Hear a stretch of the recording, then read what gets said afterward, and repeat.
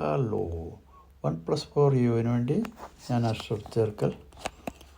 നമുക്കൊരു grill chicken ഇതുപോലെ ഒരു ഗ്രിൽ ചിക്കൻ പെട്ടെന്ന് ഉണ്ടാകുന്നൊരു പരിപാടി.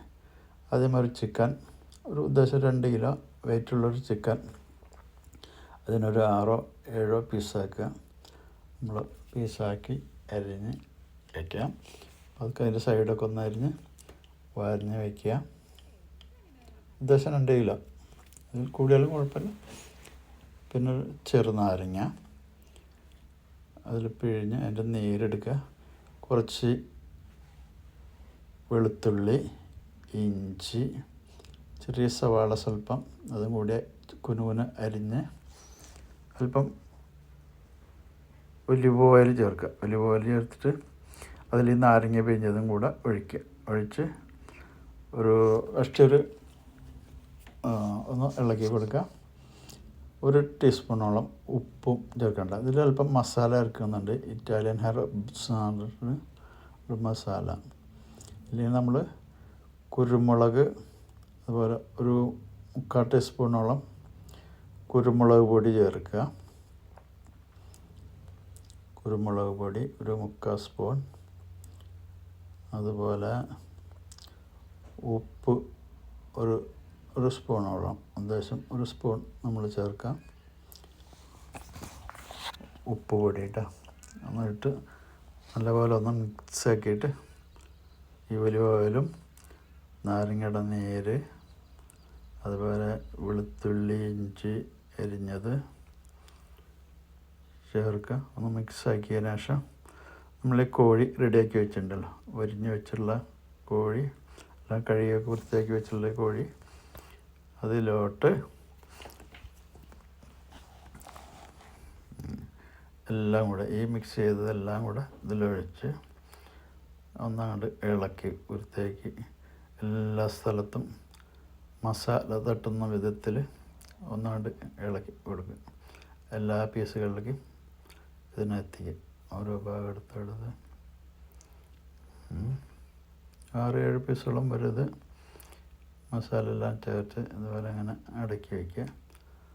സ്വല്പം നേരം, ഒരു 10 മിനിറ്റ് എന്നിട്ട് ഇതിനൊന്ന് ഫ്രിഡ്ജിൽ വെച്ചാൽ നല്ലതാണ്. മസാല പിടിക്കാൻ വേണ്ടി നല്ലതാണ്. ഒരു 10 മിനിറ്റോളം ഇത് തേച്ചതിന് ശേഷം നേരെ ഫ്രിഡ്ജിലൊന്ന് വയ്ക്കുക. ഒരു 10 മിനിറ്റ് കഴിയുമ്പോൾ ഇതിനെടുക്കുക. അപ്പോൾ ഇത് ഈ പാകമെല്ലാം നല്ലപോലെ മസാലയൊക്കെ പിടിച്ച് നല്ല ലെവലായിരിക്കും. ഇതിൽ ചേർത്തുള്ളത് herbs, Italian herbs, olive oil സാധനമാണ്. ഓക്കെ, അതിന് ഇതിനെടുത്ത്